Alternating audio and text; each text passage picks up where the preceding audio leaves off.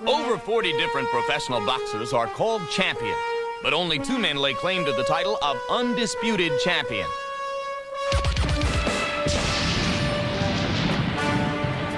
The first is heavyweight champion Evander Holyfield.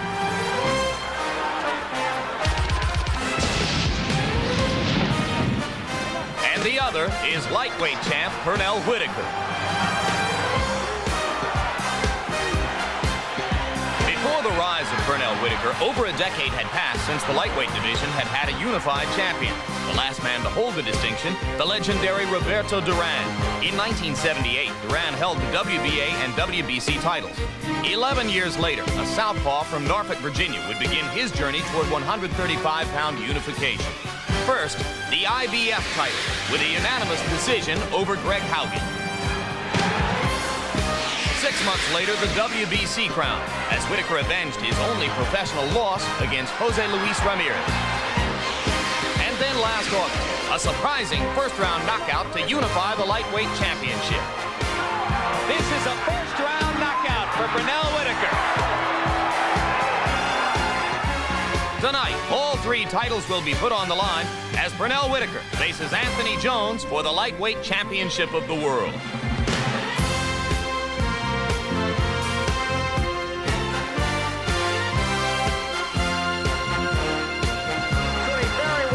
Center of the ring, takes another right hand. Now tries to fight off the ropes. Combination of unbelievable! Unbelievable!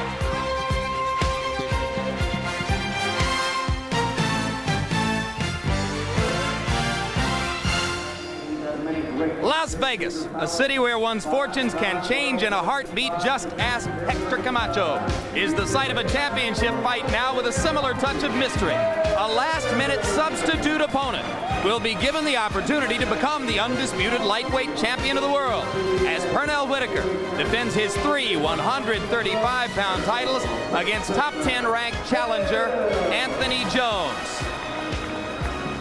And once again, we bring you back live to ringside. I'm Jim Lampley with Larry Merchant. Incidentally, Hector Camacho has left the building, went back to his hotel immediately following the announcement of that decision, and for the moment, we do not expect a chance to interview him tonight. But we do get ready for a championship fight with a twist. Anthony Jones was brought in as an opponent 8 days ago when Tracy Spann, the hard-hitting, undefeated lightweight contender, suffered a cut in training and thus fell out of the bout. And you wonder about the effect on Pernell Whitaker as he gets ready to fight a guy on only 8 days' notice who comes in and probably had to struggle to make weight at 135 pounds. But there's still a lot at stake for Pernell because of his greatness in the sport. What does the fight mean to him, Larry? Well, every fight for Pernell Whitaker at this stage is just a chance to show his stuff. And it's some stuff. Pernell Whitaker is that rare stage in a very good fighter's career where he's right at that exquisite peak, where he seems to see everything coming at him, and he seems to be able to do anything he wants to do. He is at the very, very top of his game and something beautiful to watch.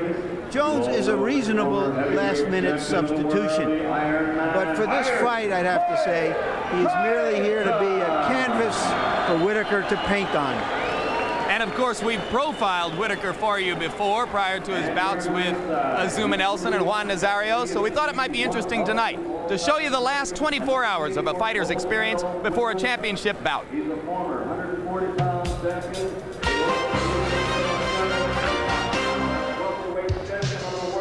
Las Vegas, Nevada, a hypnotic kaleidoscope of sights and sound.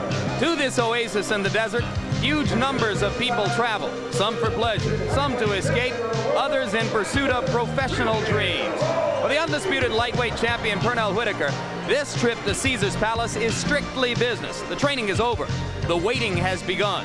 The psychological tune-up of mind and body as he counts down to Saturday night. 6 weeks is an awful long time.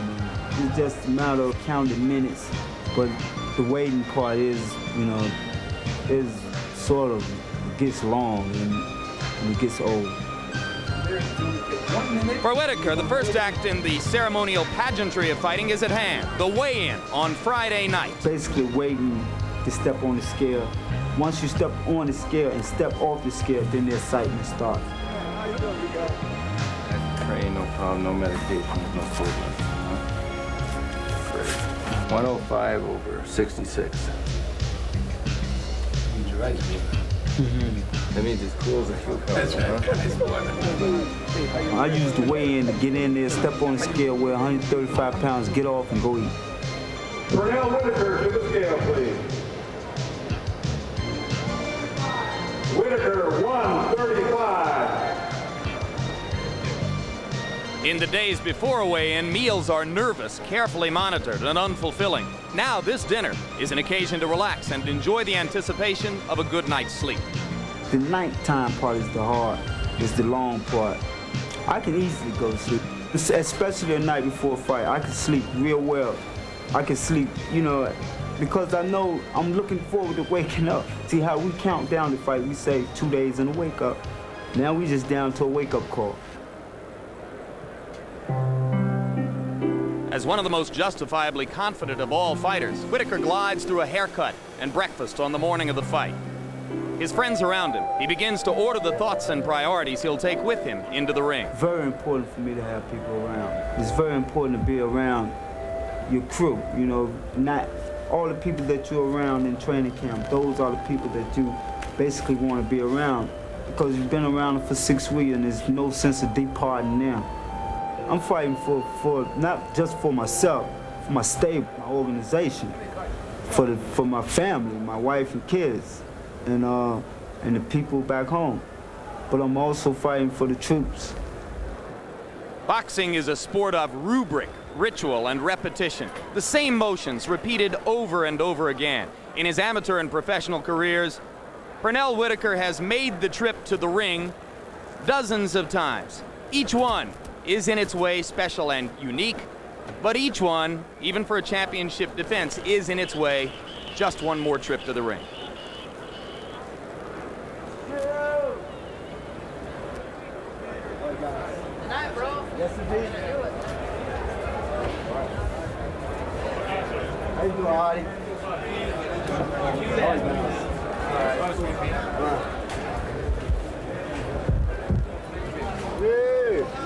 Part of stuff. Let's get this part of stuff. I ask you to stop punching, please step back. Okay? Protect yourself at all times. You know all the rules and all that kind of stuff. Good luck to you. I know you're world champion.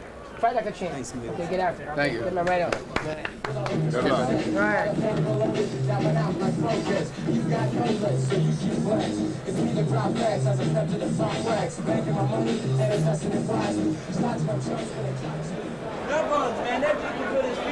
That was tape, and this is live. And now, the culmination of all of that 24 hours of preparation for this appearance, as accompanied by his good friends Meldrick Taylor and Evander Holyfield, and preceded by manager-trainer Lou Duba, Pernell Whitaker begins to make his way toward the ring for another defense of his now undisputed lightweight championship.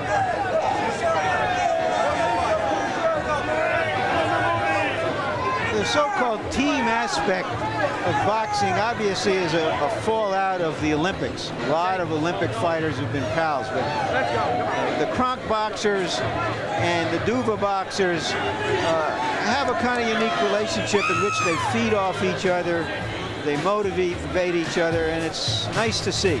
And right now, the Duva operation, known as Main Events Boxing, numbers among its participants the world heavyweight champion Evander Holyfield, the world lightweight champion Pernell Whitaker, WBA welterweight champion Meldrick Taylor. They have a promotional interest in Camacho, less valuable now than it was 15 minutes ago. And they have promotional interests in two other world champions, Loretta Garza and Rocky Lopez. So Pernell comes from good stock as you look at his record. The one loss to Jose Luis Ramirez in Paris, disputed by most American fight fans who believe Whitaker deserved victory in that fight, as well as all the 24 others. And now here is a look at the man who accepted the assignment to fight Whitaker 8 days ago. 135-pounder Anthony Jones out of Detroit. You see his rankings under the aegis of the three world governing bodies. And Larry, this is a guy who can fight either as a southpaw or as a conventional fighter, and fluidly so. Yeah, he boxes almost like a swimmer. Puts left hand forward, the right hand forward. You don't know which one he's leading. He's a reasonable substitute, as I said before. And here you'll get a chance to watch him fighting southpaw and later on switch to his right side. He's quick-handed, pretty good boxer. Comes from the Kronk stable, which means that he's done a lot of work with a good class of competition. What I like best about him is his nickname, Jim. It's Baby. Baby Jones.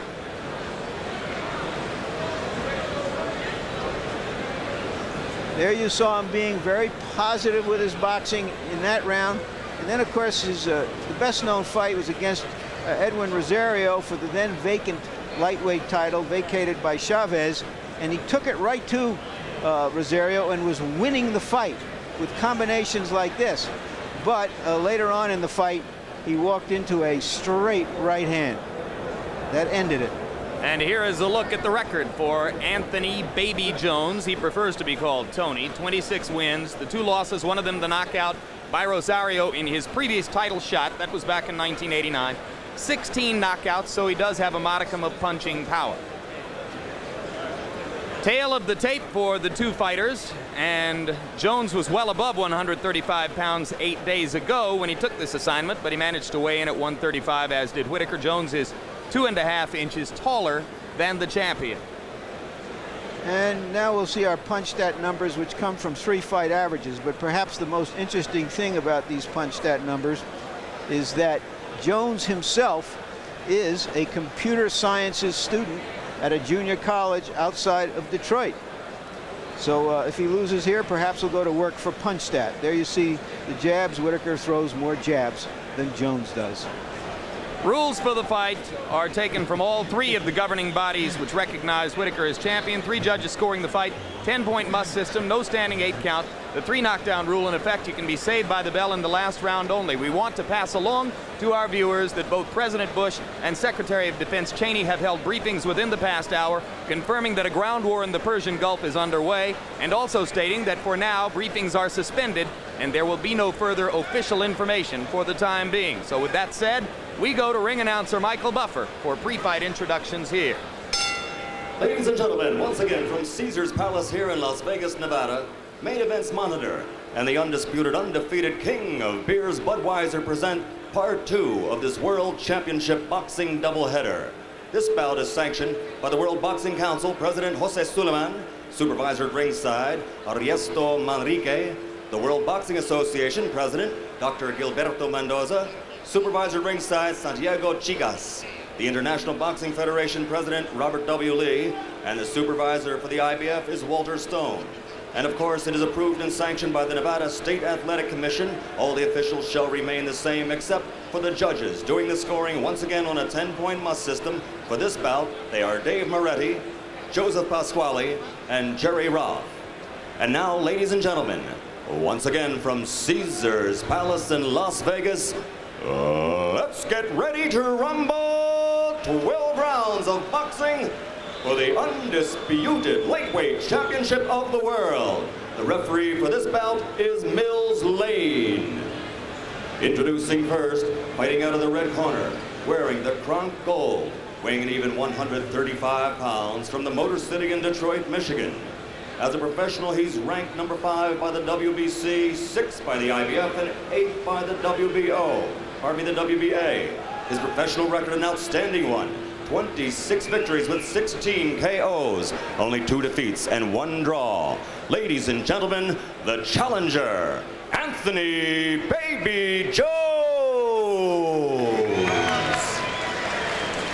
And his opponent, fighting out of the blue corner, wearing the red trunks with black trim. He also weighs an even 135 pounds, from Norfolk, Virginia. This 1984 Olympic gold medal champion has run his professional record to 24-1 with 13 KOs. Considered by many to be, pound for pound, the best fighter in the world today.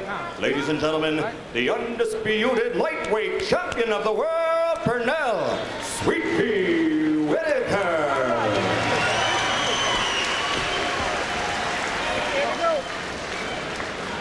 All right, now, let's go.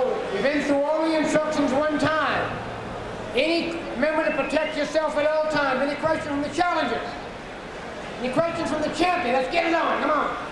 You know, there's an added incentive for Whitaker, who doesn't seem to need it, going into this fight. With Camacho having been defeated, suddenly Whitaker could be next in line for Chavez. He looks sensational enough here. If Meldrick Taylor is moving on to the welterweight division, this could be a preliminary to a fight with Chavez.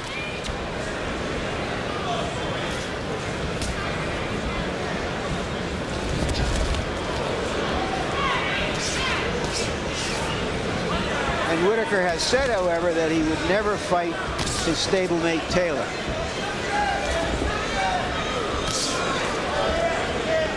And we are told now that Hector Camacho has agreed to come back to the arena and join us at ringside, Larry, for an interview later in the fight. So we'll look forward to that as round one progresses between Pernell Whitaker and Anthony Jones. The wild left that Whitaker missed in the first 20 seconds of the bout was about as aggressive a blow as I've ever seen him throw at the outset. And remember, in his last fight, he had a rare first-round knockout of Juan Nazario. This is uncharacteristic of him. Going to war, going to ground war, you might call it. When he knocked out his last opponent, even he said he wasn't looking for it. He was boxing. He saw an opening. His fist shot out. He caught the guy a punch he didn't see, and the fight was over. Sometimes after a one-round knockout, and we've seen this happen before, a boxer starts to think of himself more as a slugger and could find himself in some trouble. But I think Whitaker will pull himself together and just fight his fight. And a couple times in those recent exchanges, we saw the left to the body, which is one of Whitaker's most effective blows. He is known as a slick boxer, but perhaps the one underestimated factor is he does a lot of damage with body punching.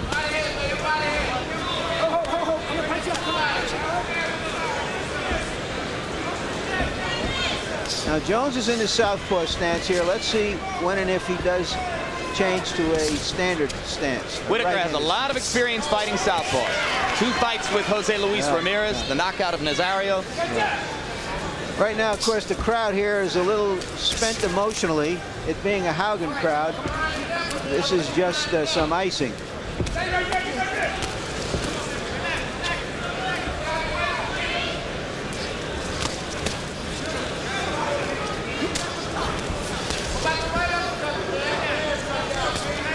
Jones seemed to enjoy standing at close quarters with Edwin Rosario and trading punches. A lot of people thought it was a mistake.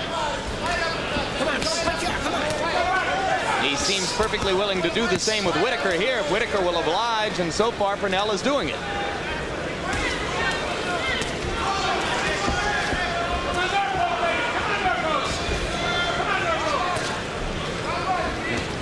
You know, there's a question in this fight also of Jones' stamina if the fight goes into the late rounds, because he reportedly had to take off 7, 8, 9 pounds starting late in training as he did. And Whitaker gives a nod to Jones as if to say, hey, that wasn't bad, kid. And it wasn't. And as we go to Pernell Whitaker's corner, we want to say hello and extend our best wishes and the best wishes of everyone in Pernell's camp to his normal cut man, Ace Murata, who's home in Totowa, New Jersey tonight. We're getting ready to go into hospital for a little bit of a test on Monday. And Ace, we're thinking about you, and so are they. The defense was real good. You wasn't getting hit with nothing, but you're just loading up too damn much, you see? And that's why you're missing him so much. And I just go out there this time and just box him, box him, box him. The guy ain't got nothing. Okay? All right. Get that body. Your body punching is coming right through with this guy here. Right? As you're dipping over, go right bottom. Get those ribs in this guy here, right? I didn't take that left Come on, hand. that jab, you can't miss that jab, baby. You can't miss it. Off there. Spit it out. Feeling all right? Okay, you're looking good. Don't look for him to do too much that time. You do it. Good fight, baby. You do it. Don't look for him. Fighting a good fight. Beautiful. You heard Georgie Benton's admonition to Whitaker. You're loading up a little too much. Just box him and let it happen. Don't try to make it happen insofar as a knockout is concerned. Whitaker's connect percentage, according to PunchStat, in the first round, a little bit lower than the near 50% we're used to from him. But he did seem to be loading up and trying to land power punches a little more than usual. The head's been close. Good body punch by Whitaker. Oh, get off that neck. Come on, come on. Anthony Jones has managed to deliver to the rib cage a couple times himself.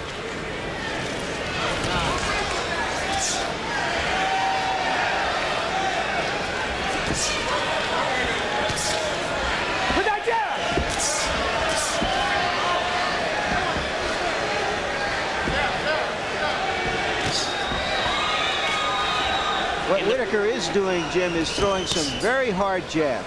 Good, stiff jabs. He used to be something of a butterfly, but in the last 3 years, he has settled down onto flat feet and throws punches with such calm economy. He is really something to watch. Having a boxer's kind of instincts and temperament and his kinds of quickness, you expect early in that type of fighter's career in his amateur days for a fighter to be jumping around a lot. Even Sugar Ray Robinson in his early days was a mover. And as they gain experience and confidence and strength, they settle down and start to fight in more classic boxing style. It's much harder for a puncher or a slugger to make that kind of modification. Get that body! And this has been the product of constant work and instruction from George Benton to Pernell Whitaker. It's helped to earn Benton a reputation as one of the best teachers in the sport.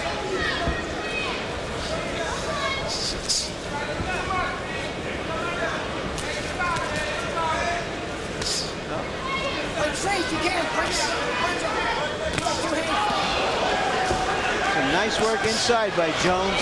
Better work from outside by Whitaker. Good left hand by Whitaker, who has settled down in round 2 but become much more accurate with his punches.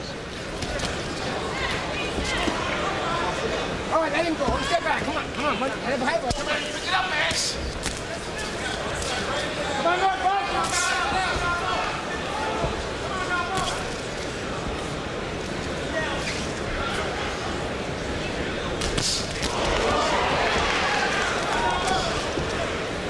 Baby Jones graduated from Henry Ford High School in Detroit, one of the top academic high schools in the Detroit public school system. Very nice, quiet young man, and Emmanuel Stewart seems real proud of him.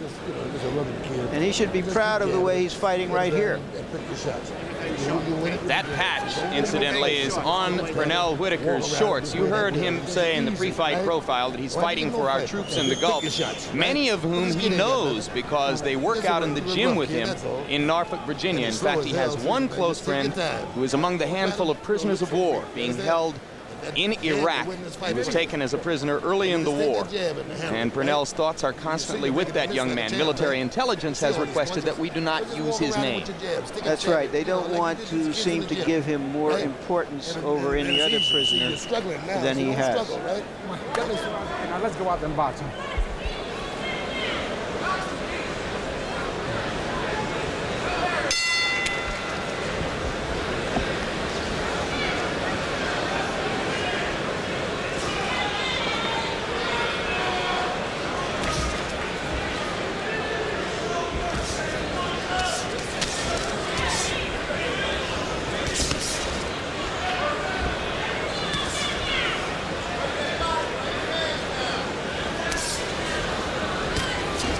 Good straight right by Jones. Right on the chin of Whitaker.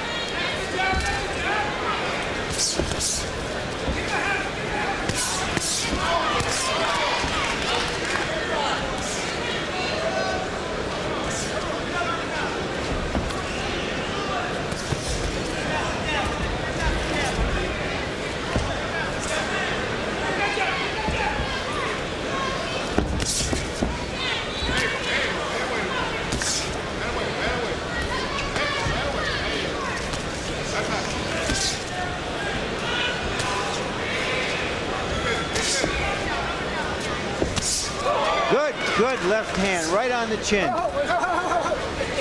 Pernell has landed that overhand left about 5 times now. Sets it up with the swift jab. Or has led with it a couple times.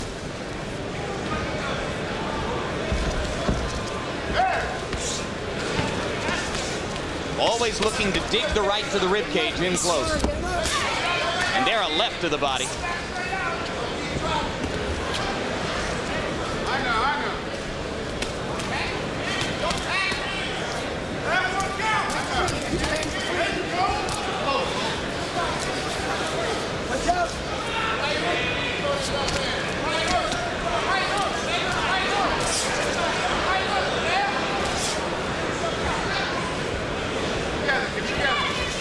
Jones fighting almost exclusively out of the southpaw stance in this fight. Only for a few seconds as he turned around and fought from a conventional. Now he turns around and goes conventional and steps forward behind the left jab. Come on, here we go.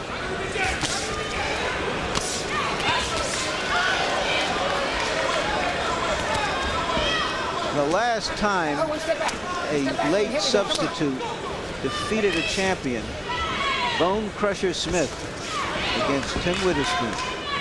Thrown in with only about 3 or 4 days preparation, right? I don't recall. It might have been longer than that, Jim. I think it was more somewhere between a week and 2 weeks. A week. Our producer, Ross Greenberg, tells us it was 1 week. And what resulted was a one-round knockout.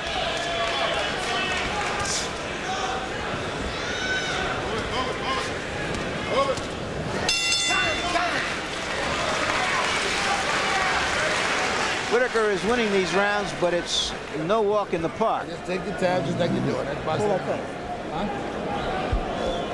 Now take your time like you're doing it. Just box him like that. Now when you get close, don't get tied up. Use your uppercuts. This guy's easy to hit with uppercuts. We have both hands. All you got to do is close your eyes and throw him. But don't throw him from outside. Throw him inside when you're in close, right? That's it. Just a lot of pressure on this man that he's not expecting. You're picking everything, and when you get inside, it's important that you start pushing it. Don't back up when you're inside. You understand? When you get into the exchanges, make sure you make him break ground a little bit, okay? Looking for him to do something back. Don't look for him to do something back. Make him break ground. You understand? When you get inside where you have your exchanges, make sure that you're always pushing him back to make him break ground. You understand?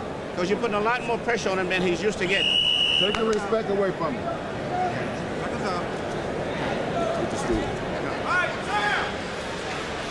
Emanuel Stewart insisted to us that he believed, in terms of style, this was a favorable matchup for Anthony Jones. He wasn't able to offer a lot of specifics as to why he thought Jones matched up so well with Whitaker, but he firmly insisted that he believed Jones would have a chance to win the fight because of a favorable style matchup. But you saw the punch stat numbers that showed Whitaker landing nearly 50% of his punches to only 13% for Jones. You know, the fact that Jones is here and giving a reasonable account of himself is a tribute to Stewart and the Kronk Club. Of course, Tommy Hearns, the most famous member of that club, the first champion and by far the best champion to come out of there. But Emanuel Stewart has produced a lot of good professional prize fighters who, because of Hearns, have gotten some breaks and maybe haven't been as good as they were thought to be. But Tony Jones is making the fight here. He's taking it to Whitaker and making Whitaker earn whatever he gets. Jones wasn't in training for any specific matchup. He had nothing contracted, but he says that he never allows himself to get very much out of shape and is always in the gym at least a few days a week, whether he's ready to fight or not.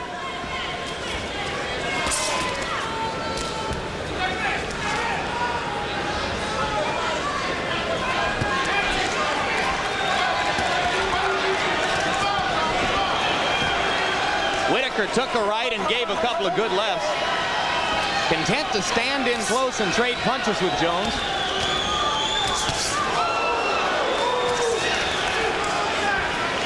He's put some heavy stuff on Jones, and Jones isn't going anywhere yet.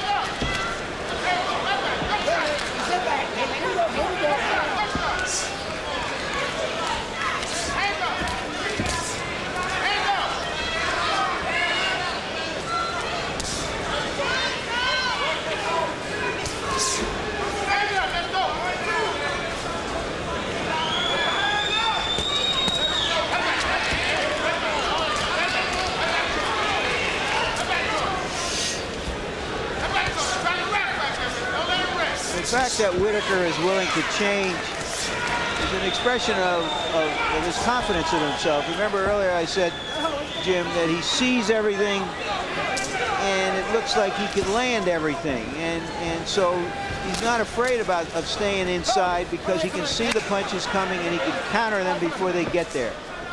Well, if in fact he finds it convenient to rehearse for a potential Chavez matchup, he'd better get ready for infighting, because that's what he'll get there. Look at it if you can. Punch through, two hands are open. Come on, bang out. In many ways, Whitaker is a more dangerous opponent for Chavez than Camacho was. Not as an attractive as a match, but a more dangerous opponent because of his quickness. How you feeling? All right, suck it up now, suck it up.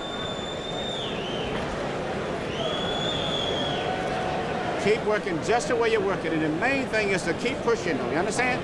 Very important that you push him. Push him inside. The weight on that. That's when your man don't get the leverage to get his best shots off. Harold Letterman, how do you see the first 4 rounds? Larry, 4 rounds to nothing, 40-36, favor Pernell Whitaker. He keeps landing those good straight left hands to the body. He keeps coming underneath with that real good straight left hand. You know, I keep talking about the 4 points at which we score. I always talk about defense. Watch Pernell Whitaker keep his hands up high, his elbows in tight. He picks up a lot of shots on the gloves and the elbows. Give him credit for defense. And let's see, now a good roundhouse left. Wasn't that short, sharp punch that gets a knockout, but it did get Jones' attention.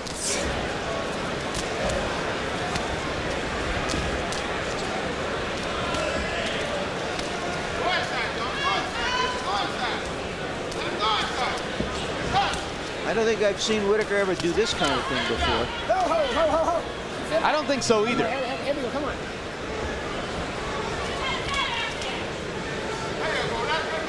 Come on. Let's get back. Come on, here we go, come on.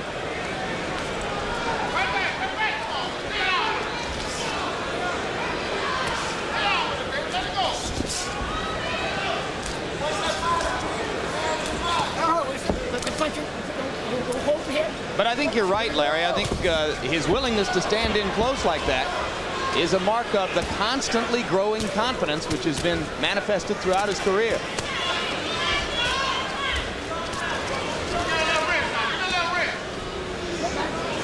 So calm in close, and you think of Chavez when you see that. Yeah, it's unusual. It's sort of like an antelope deciding he's so quick that he can stand right in front of the lion and make the lion miss. And we are joined now at ringside by one of Pernell's closest friends and training partners, the undisputed heavyweight champion of the world, Evander Holyfield. And Evander, what about the more flat-footed style that Pernell seems to exhibit now as opposed to a couple years ago? By design? Well, I think right now, I think Pernell ain't really fighting his fight. He's a very technical fighter, and now that he is stronger, he seems to go flat-footed, but he's knocking guys out and getting the people what they're looking for. But when you say not fighting his fight, do you think that he's being lured into a little bit more of a brawl here than is necessary or advisable? Well, I think right now he's just so confident that that he can take this guy out, and he's not fighting his fight. And usually when he fights his opponent, he's very cautious, and he uses his quickness and his technical. So are you saying that he's achieved a certain peak in his career, and now he's trying to be a more exciting fighter because that could result in more exciting bank deposits? Well, it could be, but you know, Pernell is a very technical fighter, and he's very skillful. Right now, he's just looking to take this guy out, which is not his fight.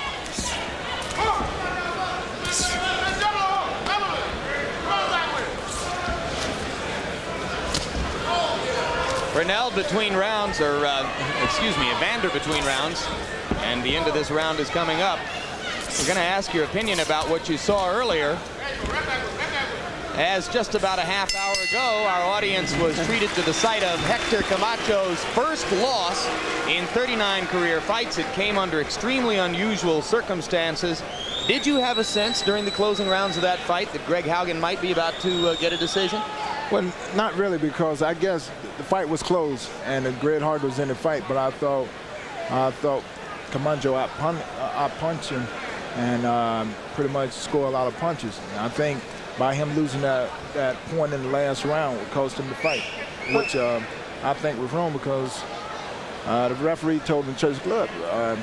Camacho wanted to touch glove, and Haugen didn't, but it cost Camacho the fight. That's right. He's the one who stepped in and threw punches, and he's the one who had a point deducted. Larry?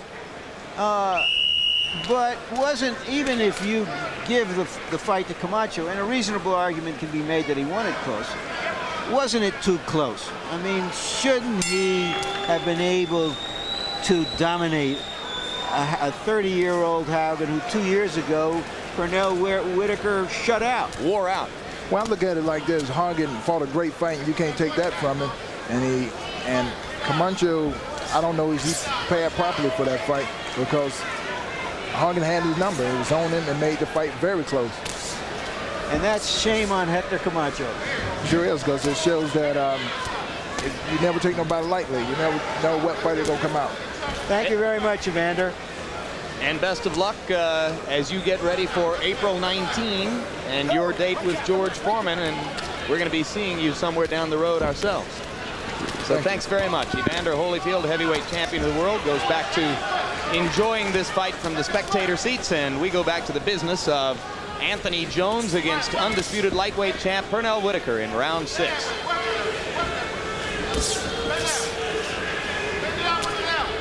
When I referred to us seeing Evander Holyfield somewhere down the road, I'm referring, of course, to the fact that we will bring you a preview show prior to Foreman Holyfield. Look for your listings on HBO to catch that preview show as we get ready for that big heavyweight championship bout. Good left hand by Whitaker and another left, and Jones's defense begins to drop a little bit.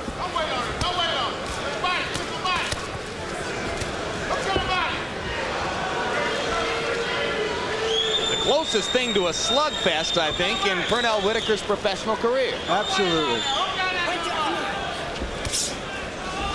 He may also have the sense that how great in condition can Jones be in with 8 days of notification. I mean, even if he wasn't far out of condition, and obviously it wasn't, he wasn't in fighting condition. So as the fight goes on, this kind of tempo figures to help Whitaker.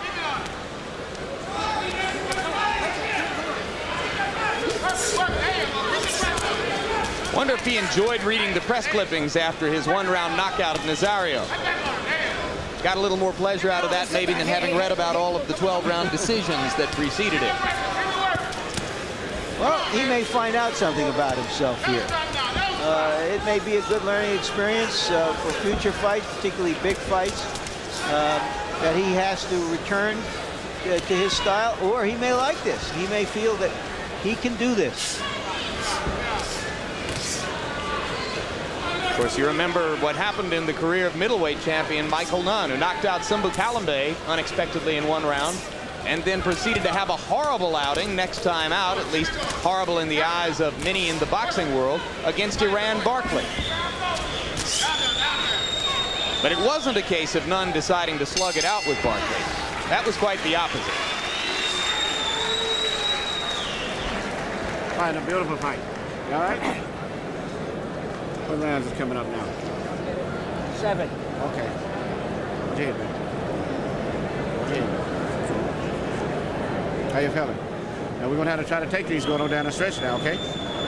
Okay, we went over the halfway. What you can do now? Just jab him, and counter. Just get a clean counter, you know what I mean? Because the guy slowed down to a walk. So your counter punching will be easy now. You see what's going on? Now keep him at bay with your jab, right? Pull the cup, pull the cup. Now keep him at bay with your jab, you understand? Don't let him get close to you. Don't run, just walk. Here is Whitaker in slow-mo. Good straight left hand. I guess Jones would like to see him in slow-mo inside the ring. Whitaker is too quick for him.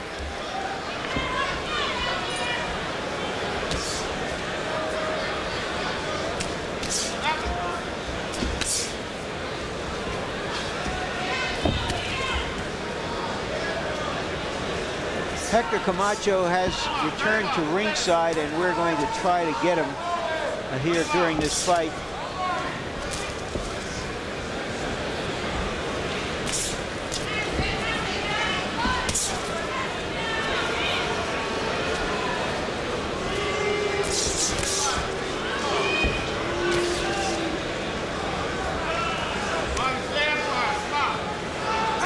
There's a Whitaker trademark as he ducked down almost to his knees to get under an Anthony Jones approach.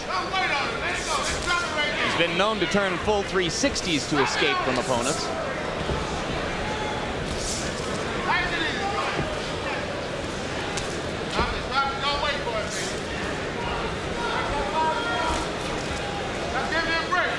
round 7 of a scheduled 12.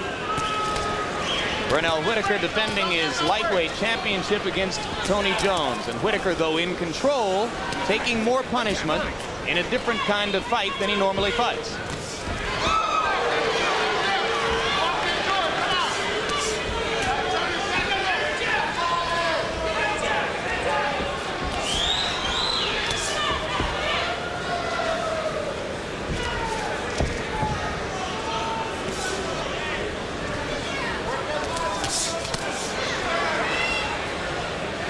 Between rounds 7 and 8, we'll have our chance to begin rehashing what happened in the first bout of the evening, as we have just been joined at ringside by Hector Camacho. And Hector, before we get to the conversation, we just want to express to you our gratitude for taking the trouble to come back, because we know you had left the arena to come back and join us and talk about this on what is, of course, a difficult night for you.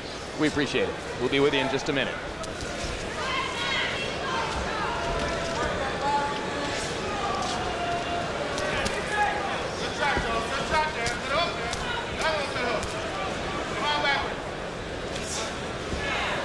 I see Pete is working. He don't seem to be fighting. Pernell has been involved here, Hector, in something a little bit more like a slugfest than he's used to. He's allowed himself to stay in close and take some heavy blows from Jones while trying to dish out something more like knockout punches himself than he normally brings. Well, it looks like a relaxed Pernell, more or less like the way I was.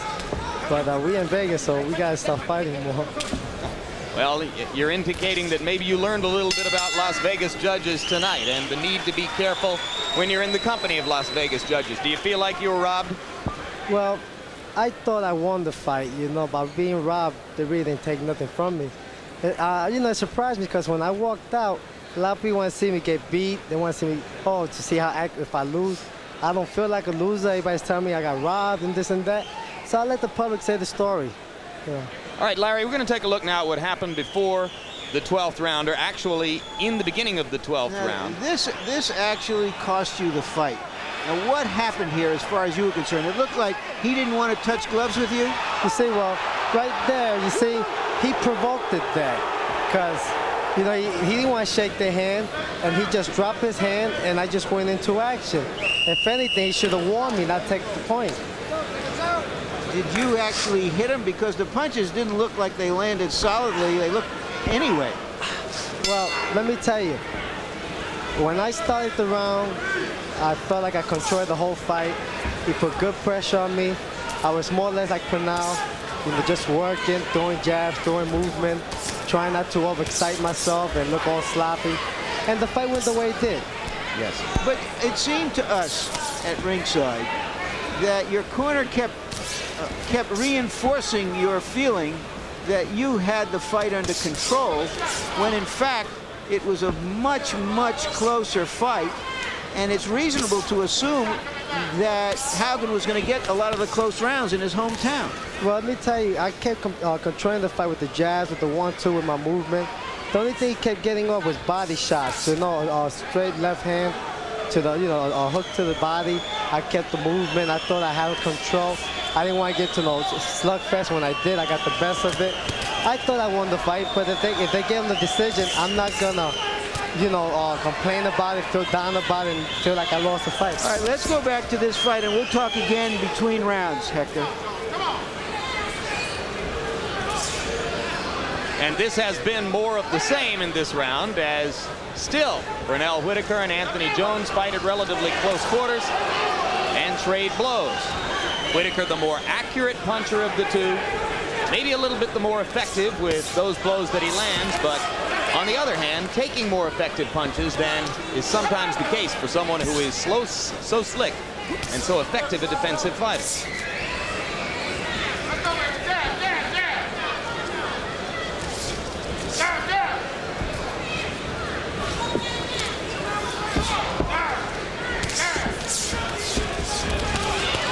Solid left hand by Whitaker in that exchange, but Jones landed 2 rights. There's the left and the right to the body. if this is an experiment for Whitaker, fighting this kind of fight, the result could be good. I mean, he has hit Jones with some really good, hard, straight punches, and there is Jones standing right in front of him. So he may go back and look at this and say, okay, I don't have the natural power to fight this way very often, and to somehow find some more happy medium between his old style and this style. Just saw him shake the left hand a little bit, and Pernell has a history of hand problems. He has broken a knuckle or two in the past. So you have to watch carefully in all his fights to see if he's favoring it. But no, he is not favoring the left hand, as you saw there with the 2 hard shots. So round 8 comes to a close, and we turn back to the business of Camacho Haugen in the big upset that took place earlier tonight. Hector, you struggled to make weight yesterday. Had to get rid of about 3 or 4 pounds between 2 and 5 o'clock. Did it hurt you tonight? No, I felt good. Like I said, he put good pressure on me. He was never really getting off hard shots on me. I thought it was going to be the same kind of fight that I, analyzed. He was going to put good pressure, keep consistent pressure on me, and I just had to be sharp to get ready for a fight like Chavez.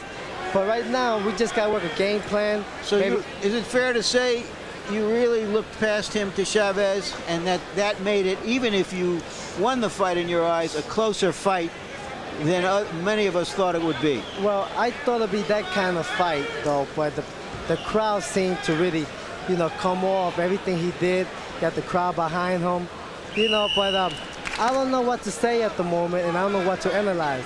I never thought I could lose the fight, but in my mind, I don't feel like a loser, Larry. Do you want a rematch with Haugen? Because obviously Chavez, Taylor, Whitaker, that's not going to happen right now. Well, let me tell you, this will be a good story added to my story. I'm definitely going to look for another title, a rematch, or just go after the WBA champion. But I definitely want to come back with a title fight. All right. Thanks very much, Hector. We appreciate your time. In fact, I think you just earned your nickname. To me, coming back and talking to us tonight is the most macho thing you've ever done. No, just want to be realistic and see what's happening. All right. Thank you, Hector. Best of luck in the future. Don't forget the 38 victories that preceded the 1 loss. Hector Camacho says he'll be back. And we turn our attention back now to round 9 of Pernell Whitaker versus Tony Jones.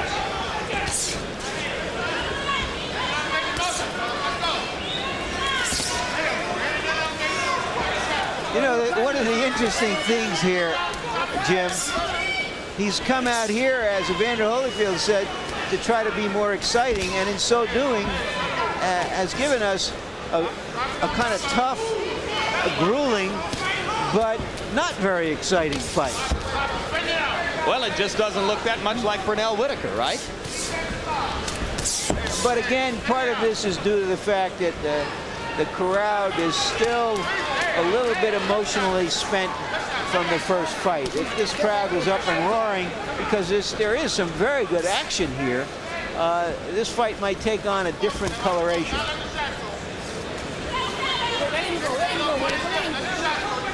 Although right now on my scorecard, Whitaker has won every round. I think that's true. But it is not the kind of domination that's going to arouse the excitement and the intense allegiance of boxing fans, as is evidenced to some degree by the quiet in the house as this takes place.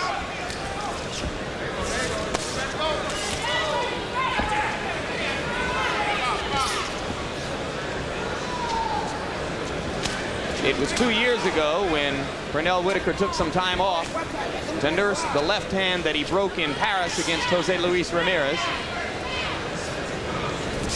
And between rounds, he seemed to be flexing it in the corner, as if to try to be sure that all the feeling was there.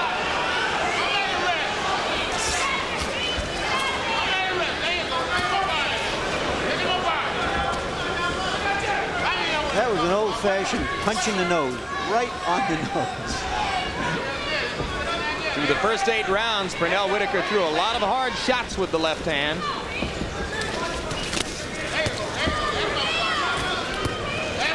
Doesn't seem to be throwing it with the same result now. Yep, and he shakes it again as he goes back to the corner. I wonder if something has happened to the knuckles on Pernell's left hand. Hey, you just do it like that. You understand? You ain't got to do that, you know what I mean? Doing beautiful, baby, beautiful. That hook is working good for you when you throw it. Breathe in, breathe in, breathe in. You look like a damn $1 million. Just keep that going, right? Hold that cup, hold the cup. Right? That's the way to handle it. No, all right, come on. Now listen, let that jab work overtime for you, right? Don't get too careless with him. Don't get too careless with him, man. You understand? Harold, I've already given my scorecard. How's yours? Larry, 8 rounds to 1, 89-82 favor Pernell Whitaker. I think Anthony Jones took it to him in the 9th round and pulled out that 9th round. Pernell just didn't seem to be as active as he was at the first 8, so I gave round 9 to Anthony Jones because he landed a few more good shots. Well, and it's a credit to him that this late in the fight, for which he had so little time to prepare, that he is still active and still going at it.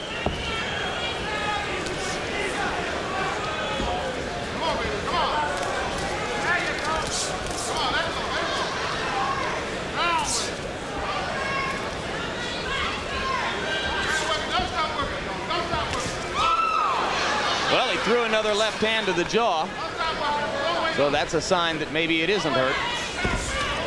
You heard George Benton say, let the jab work overtime for you.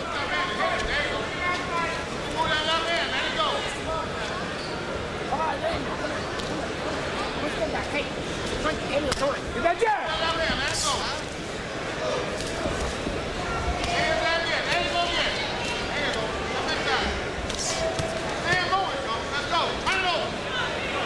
Where's that right hook? Where's that right hook? Where's that right hook? That's it! Where's that right hook? That's Lou Duva screaming for the right hook. There it was. An obedient student. Come on. Come on, here we go. Come on. Mills Lane, the third man in the ring. We used to refer to him as the district attorney from Reno. He is now a district judge from Reno, more in keeping with his role as a referee.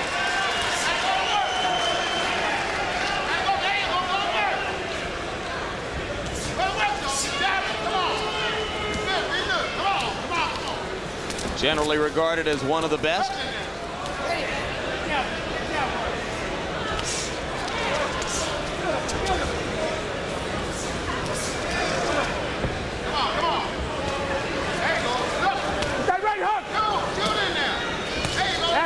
There's the right hook once again, and there again. But Anthony Jones continues to pound away in close. Returning fire from Pernell Whitaker. And while it's a different kind of bout, the parallel here to Barkley Nunn is that this is an increasingly dull fight. Boxer should box and slugger should slug.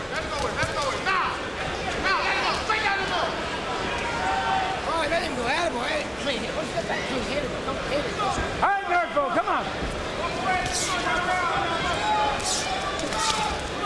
This is a game performance by Tony Jones, but as we get toward the end of round 10, you look at the record and realize that Jones has never fought an 11th or a 12th round. And he's about to face that responsibility in a minute from now.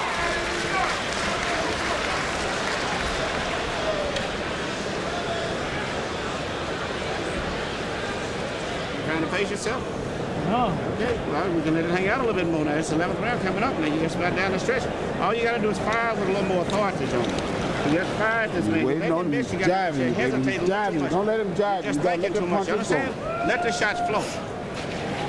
You're taking his best shots. He's got you right on the money. You're taking everything and walk right through him. Kept leading him, but you got to punch him, boy. That's the only difference. You got to try to knock this man out. Tighten up on him. Try to trick. Just take the shot. You can't miss him with the right hook, Joe. You can't miss him with the right hook. You don't let him get that respect. Keep him respecting you. You understand? Okay. That hook is working good when you throw it. The jab is coming in good. Use that right hook. Just dip over and go to the right hook. You got to rip it right up on top of this guy. Come on. How many fighters could look less than their best while landing 54% of their punches?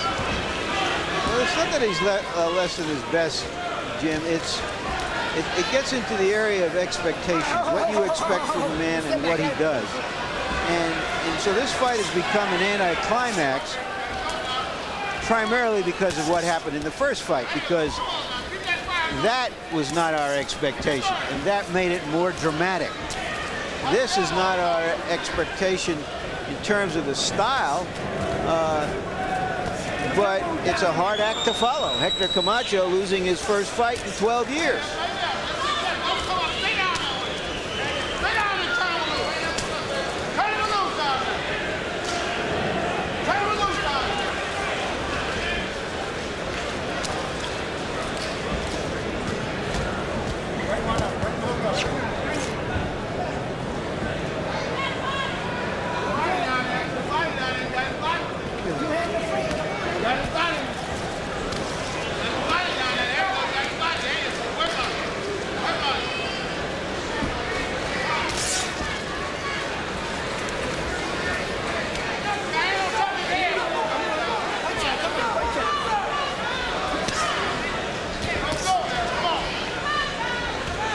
Some people are voting with their feet here.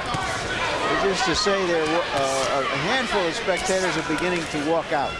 And even Lou Duva is quiet.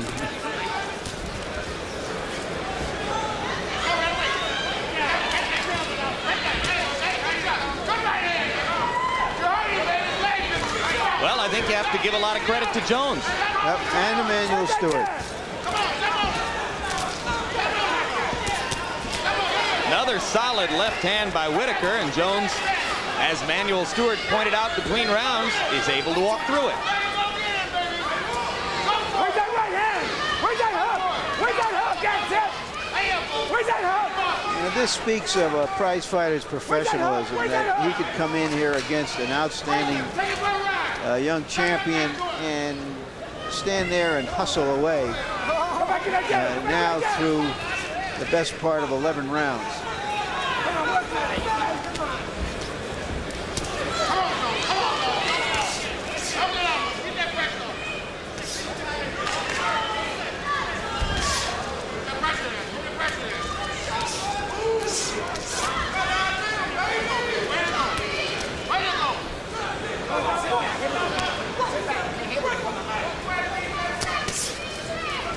He may be studying computer sciences, but he's got some flesh and bone and other stuff inside him that is driving him like this. Some stomach. And in the first 11th round of his career, Anthony Jones looked much the same as he did in the first 10 rounds of this assignment with Pernell Whitaker. All right, now look, this round now, they hit him a lot of jabs to the body. You understand? Yeah. So jab him in the body. Inhale. Because he is dying. You understand? And keep your composure. Don't let him. You see how much better he was when you didn't let him charge it. See when you put just body pivot, okay? Everything hard. Body pivot. Body pivot. Stay in there close this round, all the way on it, and putting everything on the shots. You understand? Charge. He can't hurt you when you meet the charge, right? Now look. Yeah, baby. Come on. That hard jab and that hook, the right hand here, right hand over. You can't miss this guy. Come on. Don't get careless, but then hard jab. No damn doing it. Keep doing it. Get out. This is it. Try to get him out of it with something short. Push yourself. Let's go. Stay in close. You know, Jim, I've often said that when the crowd wants blood, what blood really means is drama. They want to see the tide of a fight go this way and that way. They want to see people exhibit not only their skills, but everything you bring to a demanding game like this. And obviously there wasn't any red blood in that first fight, but it was filled with drama.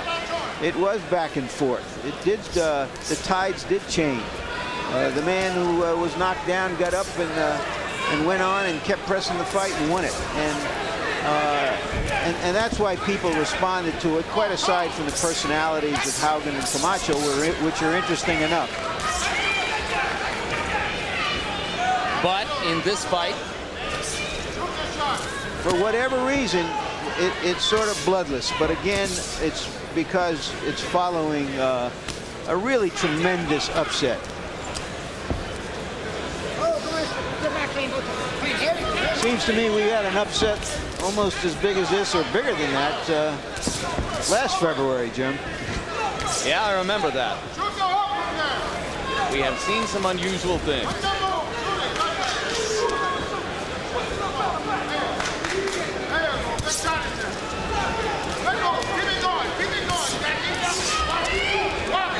There was a question in Whitaker's corner between rounds as to whether he had hurt the hand. Lou Duva mentioned it. February has been the cruelest month for Mike Tyson, considered invincible, and Hector Camacho. Unbeaten fighters taking unexpected losses in consecutive Februarys on HBO.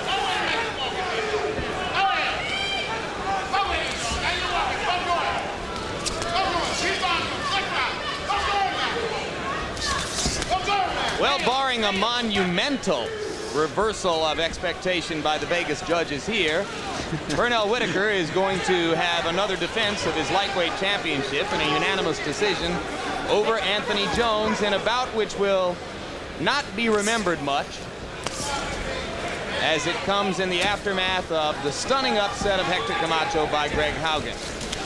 But as you pointed out at the beginning of the fight, the question now will be, with Camacho temporarily at least out of the picture, where does Whitaker go from here? Will he stay at 135 pounds, continuing to try to pick off opponents in his own weight class, or will he consider Chavez at 140 pounds?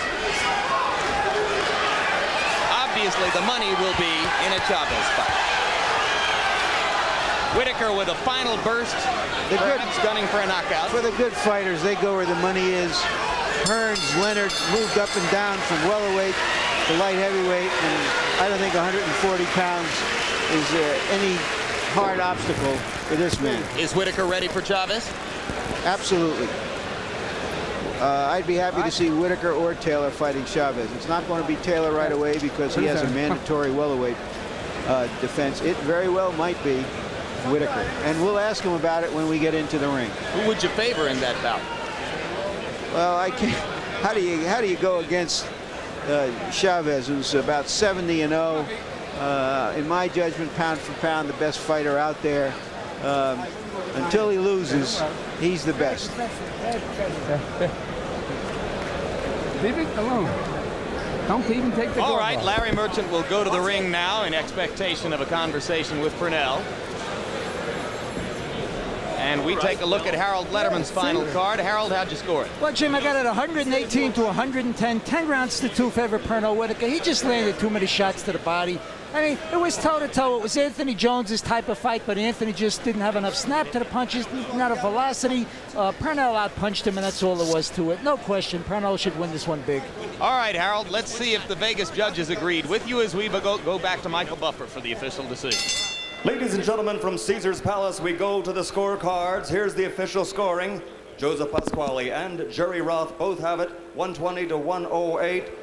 Dave Moretti scores the bout 119 to 109 for the winner, and still undisputed lightweight champion of the world, Pernell Sweet Pea Whitaker.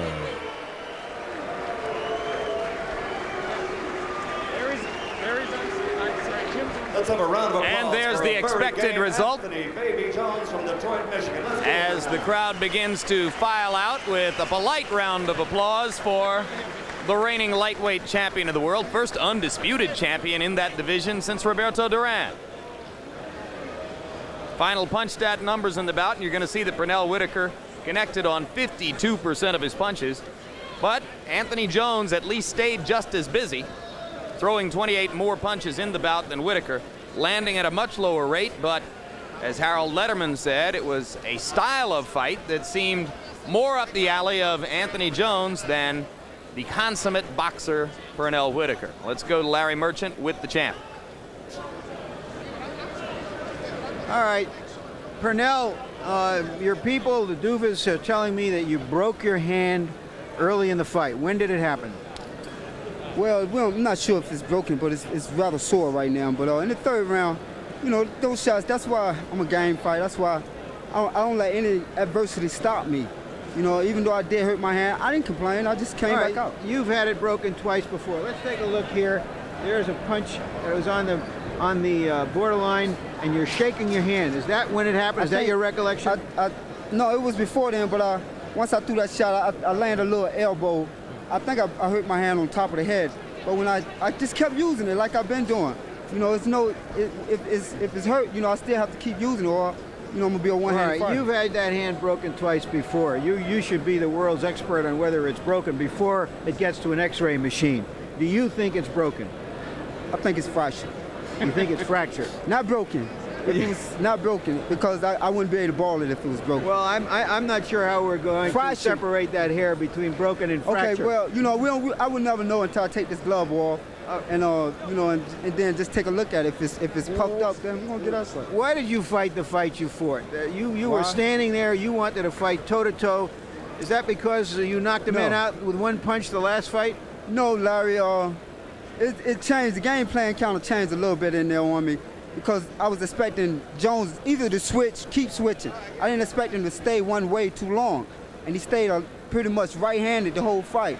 Then he would change, but he was awkward too. And plus, you know, coming in, I had 3 different opponents, and I prepared for all 3 of them. But why were you so aggressive? Were you determined to find out if you could punch hard enough to start knocking people out? No. And did that lead to your breaking your hand again, presumably? No, Anthony Jones didn't show me that he can make me move around. You know, and there's no sense in moving around when I really didn't have to. You know, so I tried to move around him instead of moving. Bounce and bounce. You know, but we had the right game plan, and it was a great fight. Given the result of the Camacho fight, it would appear that you are now closer to a fight with Julio Cesar Chavez. What are your feelings about that? Well, at least you know, I'll fight tomorrow or whatever happen. But at least I would know who I'm fighting for sure.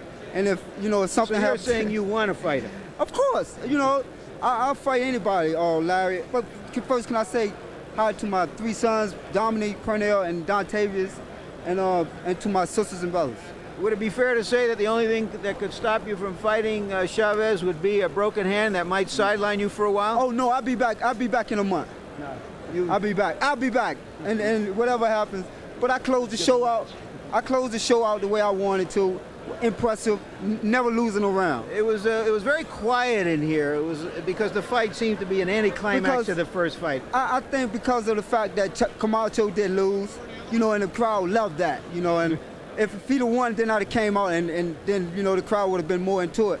But, you know, I always say that, you know, I come in here to go 12, and if whatever happens, happens. These guys are getting game now, and I know none of my fights are going to be easy. But you know, I'm still winning, and however you talk up a W, I get out an A minus. Okay, thank you so much, Jim. Oh, and I'd like to say hi to get well, Ace. We need you in this corner, buddy. That was a hello for Ace Murata, who is Pernell's normal cut man, and as we mentioned earlier this evening, is home tonight in Totowa, New Jersey. He would normally have been here. He's got some hospital tests coming up Monday, and it's nice that Pernell is thinking about someone whom he misses like that. Pernell says he'll be back in a month from the apparently injured hand. We, and I'm sure the Duvas and main events, will let the doctors be the judge of that. At any rate, he got the expected easy decision over Anthony Jones to run his record to 25-1 and defend the lightweight championship, which is his under the eyes of all 3 governing bodies. And Larry, welcome back, and let's sum up a night of drama followed by anticlimax here at Caesars Palace in Las Vegas. An unexpected result in a quite unexpected fight in the first act, followed by the expected result in a not so easily expected fight in the second act. What are your final thoughts? Well, a couple of one-actors in the theater of the unexpected, and we got some unexpected stuff in both fights, but of course Camacho will be the headlines, and rightly so. We've sort of talked that fight into death almost, although it will be brought alive in tomorrow's headlines. But it was reminded, Jim, that we were talking about upsets in February with Tyson, with Camacho. And of course, a couple of weeks ago, a pal of ours got upset, Sugar Ray Leonard. And I'd like to say a few words about Ray. A lot of people have approached me and told me how sad they feel for Ray taking a beating in that fight. And it's perfectly understandable because Ray Leonard was such a testament to this game. He was such a great fighter. He was the gold medal winner in Olympics, and he had the golden smile and the golden touch. And so it's natural for people to be sad that the smile was wiped off his face, so to speak, as if the smile was wiped off the Mona Lisa's face. But I don't think we have to sing any sad songs for the death of this king. Sugar Ray Leonard got everything and more that he ever wanted out of prize fighting.